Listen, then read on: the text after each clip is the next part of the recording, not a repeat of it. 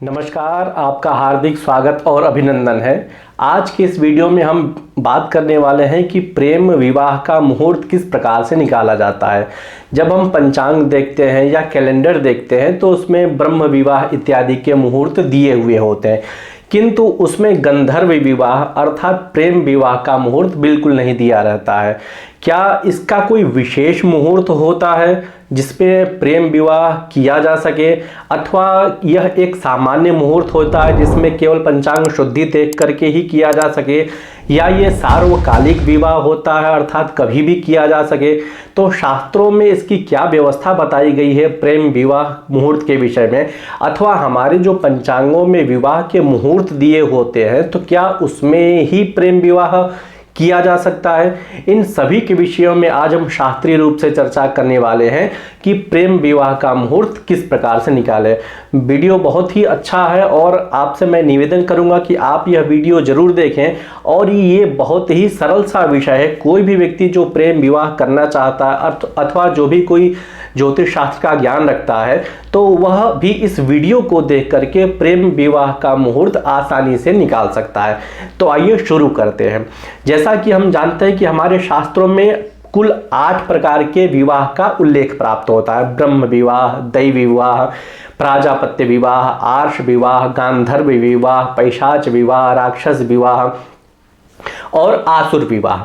ये 8 प्रकार के विवाह की संज्ञाएं हमारे शास्त्रों में प्रतिपादित की गई हैं, जिनमें से 4 विवाह उत्तम श्रेणी के कहे जाते हैं और नीचे के जो 4 विवाह जो शेष रहते हैं, गंधर्व विवाह, पिशाच विवाह, आसुर विवाह और राक्षस विवाह, ये 4 विवाह अधम श्रेणी इनको समझा जाता है।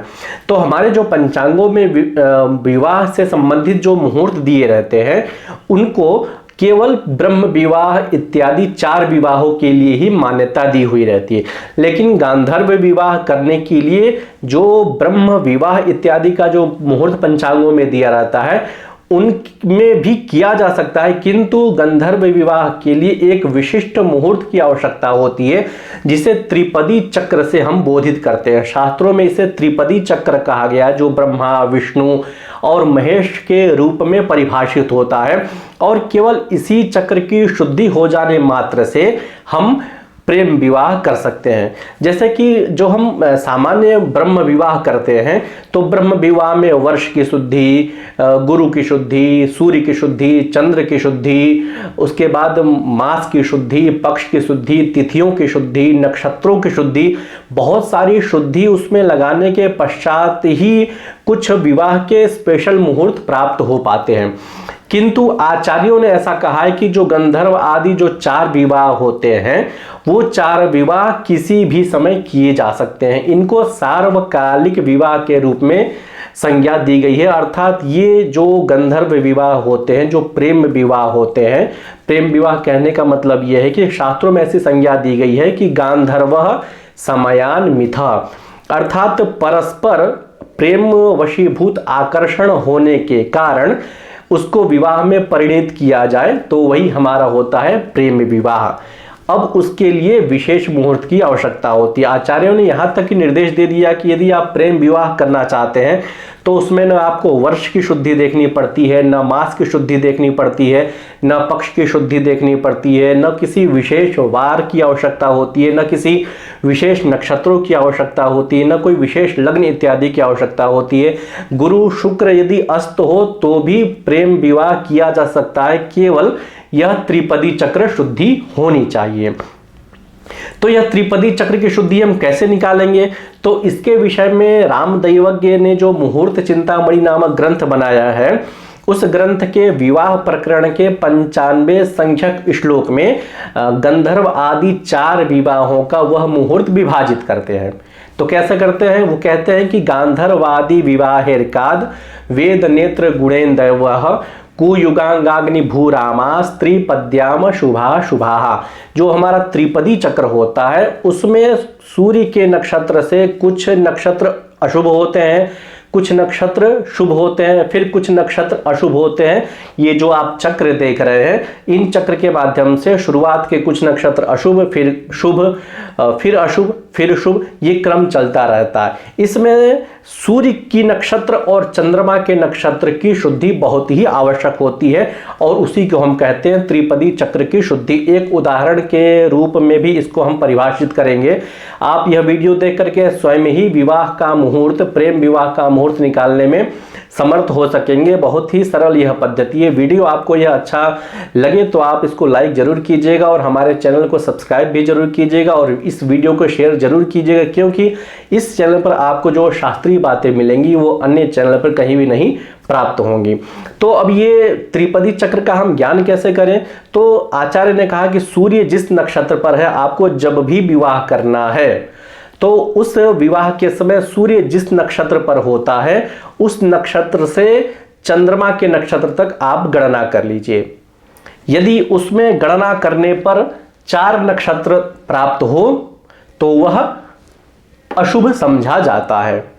सूर्य जिस नक्षत्र पर है उस नक्षत्र से 4 नक्षत्र तक यदि चंद्रमा बैठा हुआ है, क्योंकि सूर्य अलग नक्षत्र होता है, चंद्रमा का अलग नक्षत्र होता है, सभी ग्रह अलग अलग नक्षत्रों पर संचरण करते हैं। चंद्रमा एक नक्षत्र पर लगभग 1 दिन रहता है और सूर्य एक नक्षत्र पर लगभग 12, 13, 14 दिन रहता है। तो सूर्य जिस नक्षत्र पर हो उस नक्षत्र से हम प्रारंभ करेंगे, चंद्र के नक्षत्र तक गणना करेंगे। इसमें अभिजीत सहित 28 नक्षत्रों की गणना की जाती है। उसी के आधार पर यह चक्र बना हुआ है, जिसमें 15 नक्षत्र हमारे अशुभ श्रेणी में आते हैं और 13 नक्षत्र शुभ श्रेणी में आते हैं। तो सूर्य के नक्षत्र से चंद्रमा के नक्षत्र गिनने पर यदि 4 आए तो मतलब 4 नक्षत्र तक, सूर्य जिस नक्षत्र पर उसी नक्षत्र पर चंद्रमा, उसके आगे भी चंद्रमा, उसके आगे भी चंद्रमा, उसके आगे भी चंद्रमा यदि हो, तो ये जो 4 नक्षत्र चंद्रमा के होते हैं वो गंधर्व विवाह के लिए अशुभ समझे जाते हैं। उसके बाद 2 नक्षत्र, 4 के बाद जो 5वां और 6वां नक्षत्र होता है वो 2 नक्षत्र शुभ समझा जाता है गंधर्व विवाह के लिए। इसके लिए कोई महीने की आवश्यकता नहीं होती, कोई पक्ष की शुद्धि नहीं आवश्यक होती है और वर्ष की भी शुद्धि आवश्यक नहीं होती है। न गुरु शुक्र अस्त भी इसमें विचारणीय नहीं होता है। यदि गुरु भी अस्त है और शुक्र भी अस्त है तो भी यह गंधर्व विवाह हम कर सकते हैं। इसमें किसी प्रकार की विशेष शुद्धि की आवश्यकता होती ही नहीं है। फिर इसके बाद 2 नक्षत्रों के बाद पुनः 3 नक्षत्र जो होते हैं अशुभ समझे जाते हैं। सूर्य के नक्षत्र से पहले 4 नक्षत्र अशुभ है, फिर 2 नक्षत्र शुभ है, पुनः उसके बाद 3 नक्षत्र मतलब 7, 8 और 9 ये 3 नक्षत्र अशुभ श्रेणी में आते हैं। फिर उसके बाद 1 नक्षत्र शुभ, फिर 1 नक्षत्र अशुभ, 4 नक्षत्र शुभ, 6 नक्षत्र अशुभ, 3 नक्षत्र शुभ, 1 नक्षत्र अशुभ और 3 नक्षत्र शुभ। इस प्रकार से 28 नक्षत्रों का वर्गीकरण किया गया है। तो कुल मिला जुला करके कहें तो 15 नक्षत्र हमारे अशुभ कहे गए हैं त्रिपदी चक्र में और 13 नक्षत्र शुभ कहे गए हैं। तो अब इसको एक उदाहरण के माध्यम से समझ लेते हैं। मान लीजिए आपको विवाह जब भी करना है तो सामान्य रूप से आप केवल 2 शुद्धि देख लीजिए कि पंचांग में चंद्रमा कौन से नक्षत्र पर है और सूर्य कौन से नक्षत्र पर है।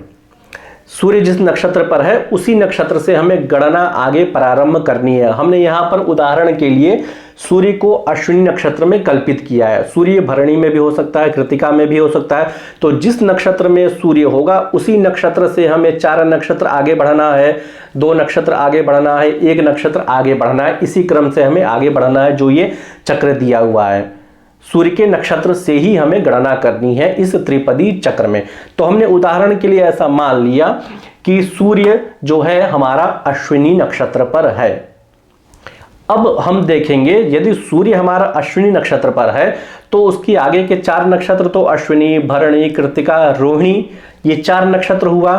तो ये 4 नक्षत्र होते हैं हमारे अशुभ, अर्थात इसको गंधर्व विवाह में गणना नहीं करनी चाहिए यदि सूर्य अश्विनी नक्षत्र पर बैठा है तो। इसके बाद आप देखिए यहाँ पर अश्विनी, भरणी, कृतिका और रोहिणी ये 4 नक्षत्र जो है अशुभ कहे गए हैं, जैसे कि यहाँ पर आपको निर्देशित किया गया है। फिर उसके बाद 2 नक्षत्र मृगशिरा और आर्द्रा ये शुभ होता है। पुनर्वसु, पुष्य, आश्लेषा ये 3 नक्षत्र हमारे फिर से अशुभ की श्रेणी में आ गए। ये जो पद है ये ब्रह्मा का पद होता है, ये 9 नक्षत्रों का होता है। जो त्रिपदी चक्र इसको इसीलिए कहा गया है कि इसमें ब्रह्म, विष्णु और महेश इन तीनों का समाहार होता है। तो शुरू के जो 9 नक्षत्र होते हैं वो ब्रह्मा के पद होते हैं। फिर उसके बाद के जो 12 नक्षत्र होते हैं वो विष्णु स्वरूप होते हैं। उसके बाद के जो 7 नक्षत्र होते हैं वह महेश अर्थात शिव स्वरूप उनको कहा जाता है। तो 4 नक्षत्र हमारे अशुभ हो गए, 2 नक्षत्र शुभ हुए, फिर उसके बाद 3 नक्षत्र हमारे हो गए अशुभ। यदि चंद्रमा हमारा अश्विनी नक्षत्र पर है तो ये भरणी, कृतिका, पुष्य, श्लेषा किसी भी नक्षत्र पर हो सकता है, तो गणना हमें उसी नक्षत्र से आगे करनी पड़ी। जैसे मान लीजिए हमारा सूर्य मघा नक्षत्र पर है तो मघा, पूर्वा फाल्गुनी, उत्तरा फाल्गुनी और हस्त इन 4 नक्षत्र पर यदि चंद्रमा रहेगा तो विवाह नहीं किया जाएगा, क्योंकि 4 नक्षत्र अशुभ होते हैं। तो सूर्य जिस नक्षत्र पर है उसी को केंद्रित करके हमें 4, 2, 1 इस क्रम से हमें आगे बढ़ना है, जो ये चक्र में बताया गया है। तो सूर्य हमारा अश्विनी नक्षत्र पर है, इसके बाद मघा नक्षत्र पर यदि रहेगा तो ये एक यहां पर लिखा हुआ है तो ये शुभ होगा। फिर 1 नक्षत्र पूर्वा फाल्गुनी ये अशुभ होगा। फिर 4 नक्षत्र ये हमारा जो है शुभ की श्रेणी में आएगा, उत्तरा फाल्गुनी, हस्त, चित्रा, स्वाति। फिर इसके बाद 6 नक्षत्र विशाखा, अनुराधा, ज्येष्ठा, मूल, पूर्वाषाढ़ा और उत्तराषाढ़ा, ये जो हमारा 6 लिखा हुआ है ये अशुभ होता है। इसके बाद अभिजीत, श्रवण और धनिष्ठा 3 नक्षत्र ये हमारे शुभ होते हैं। शतभिषा, पूर्वा भाद्रपदा, श्रवण, धनिष्ठा, शतभिषा 1 नक्षत्र अशुभ होगा। पूर्वा भाद्रपदा, उत्तरा भाद्रपदा, रेवती ये 3 नक्षत्र हमारे जो है शुभ हो गए। तो इसी प्रकार से गणना हमें आगे प्रारंभ करनी चाहिए। यही क्रम हमारा यही रहेगा। सूर्य जिस नक्षत्र पर है बस उसको आधार मान करके 4 के क्रम से, फिर 2, 3, 1, 1, 4 ही क्रम से ही आगे बढ़ेंगे और 28 नक्षत्र पर जाकर के हमारा पूरा नक्षत्र की गणना जो है हमारी समाप्त हो जाएगी। तो कभी भी यह विवाह जो गंधर्व विवाह होता है वो कभी भी किया जा सकता है, किसी भी समय में किया जा सकता है। हाँ, इसमें जो विवाह के हमारे 11 नक्षत्र हैं, रेवत्युत्तर, रोहिण्यो, मूलम, स्वाति, मृगो, मघा, अनुराधा, करश्चैते, विवाहे मंगल प्रदा, जो विवाह के 11 नक्षत्र बताए गए हैं उन 11 नक्षत्रों में यदि ये हमारी त्रिपदी चक्र की शुद्धि मिल जाती है तो सर्वोत्तम है। इसमें विवाह हेतु, गंधर्व विवाह हेतु अमुक ही नक्षत्र हो यह आवश्यक नहीं है, केवल त्रिपदी चक्र शुद्धि हो यह आवश्यक है। यदि इस त्रिपदी चक्र की शुद्धि में यदि हमारे विवाह में परिगणित जो 11 नक्षत्र हैं, रेवती हो गई, तीनों उत्तरा हो गई, रोहिणी हो गया, ये सब नक्षत्र यदि मिल जाए तो सर्वोत्तम है, उसमें हम विवाह कर सकते हैं। इसके अतिरिक्त जो विवाह हेतु रिक्ता तिथि बताई गई है, सामान्य रूप से तो गंधर्व विवाह हेतु केवल इस त्रिपदी चक्र की शुद्धि ही अपेक्षित होती है, किंतु यदि तिथियों की शुद्धि, वार की शुद्धि, नक्षत्र की शुद्धि मिल जाए तो सर्वोत्तम है। यह आवश्यक नहीं है लेकिन मिल जाए तो यह उसके लिए बहुत ही अच्छा और शुभ फल देने वाला रहे, क्योंकि जो विवाह के 11 नक्षत्र हैं वो तो विवाह से संबंधित नक्षत्र होते हैं ही, तो उसमें विवाह संबंधित कृत्य हम कर सकते हैं। उन विवाह के 11 नक्षत्रों में यदि त्रिपदी चक्र की शुद्धि मिल जाए तो और ही बढ़िया रहेगा, तो नक्षत्र शुद्धि भी हमारी मिल गई। इसके बाद जो तिथियां, अनिष्ट तिथियां बताई गई हैं, रिक्ता तिथि, अमावस्या तिथि, रिक्ता तिथि मतलब चतुर्थी, नवमी और चतुर्दशी और अमावस्या, ये 4 तिथियां तो विवाह में बिल्कुल ग्रहण ही नहीं करना चाहिए, क्योंकि आचार्यों ने ऐसा निर्देश दिया हुआ है कि ये 4 तिथियां बहुत ही अशुभ समझी जाती हैं। तो इन 4 तिथियों में बिल्कुल विवाह नहीं करना चाहिए। तो इन 4 तिथियों के अतिरिक्त अन्य तिथियों में यदि ये त्रिपदी चक्र शुद्धि और नक्षत्र की शुद्धि मिल जा रही है तो और सर्वोत्तम है। इसके अतिरिक्त तो शुभवार जैसे बृहस्पतिवार, शुक्रवार, सोमवार अथवा बुधवार के दिन यदि ये सब शुद्धि मिल जा रही है तो बहुत ही अच्छी बात है। या फिर जो हमारे पंचांगों में विवाह के मुहूर्त लिखे हुए रहते हैं उन विवाह के मुहूर्तों में भी हम विवाह कर सकते हैं, बशर्ते ये हमारा त्रिपदी चक्र शुद्धि उसमें प्राप्त हो जाए। आजकल के समय में जो प्रेम विवाह इत्यादि हो रहे हैं उन प्रेम विवाहों में इस त्रिपदी चक्र की शुद्धि बिल्कुल विचारित नहीं की जा रही है, जो कहीं ना कहीं से अशास्त्रीय है, क्योंकि आचार्यों ने निर्देश दिया हुआ है कि इस प्रेम विवाह के लिए आपको त्रिपदी चक्र की शुद्धि अनिवार्य होती है। तो आगे आप भी जब भी विवाह करें अथवा विवाह हेतु मुहूर्त निकाले किसी का, तो ये बहुत ही सरल सी विधि है। आप इसको स्वयं प्रयोग कर सकते हैं और स्वयं निकाल सकते हैं। कोई बहुत बड़ा कठिन काम नहीं है। आप मोबाइल के एप्लीकेशन में देख सकते हैं कि आज सूर्य किस नक्षत्र पर है, चंद्रमा किस नक्षत्र पर है, और आपको नक्षत्र बस थोड़ा सा याद होना चाहिए। यदि आपको नक्षत्र याद है तो आप निसंदेह यह त्रिपदी चक्र की शुद्धि देख सकते हैं। और अत्यधिक विवाह की शुद्धि यदि आप कराना चाहते हैं, विवाह का मुहूर्त इत्यादि निकालना चाहते हैं, तो दिए गए नंबर पर आप संपर्क कर सकते हैं कि प्रेम विवाह का मुहूर्त कैसे निकाले या फिर विवाह का मुहूर्त कैसे निकाले, कौन सा सर्व उत्तम समय रहेगा, कौन से लग्न में हमें विवाह करना चाहिए, कौन सी तिथियों में विवाह करें, कौन से नक्षत्रों में विवाह करें, सूर्य शुद्धि किस प्रकार से विचार करें, बृहस्पति की शुद्धि कैसे देखें, चंद्रमा की शुद्धि कैसे देखें, महीने की शुद्धि कैसे देखें, पक्ष की शुद्धि कैसे देखें। ब्रह्म विवाह के लिए तो बहुत सारी शुद्धि देखनी पड़ती है, लेकिन गंधर्व विवाह के लिए इन सारी शुद्धियों की उतनी अनिवार्यता नहीं है जितनी हमारी त्रिपदी चक्र की।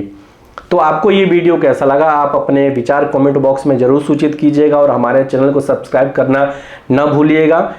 फिर एक नए वीडियो लेकर के आप सभी के समक्ष उपस्थित होंगे। नमस्कार।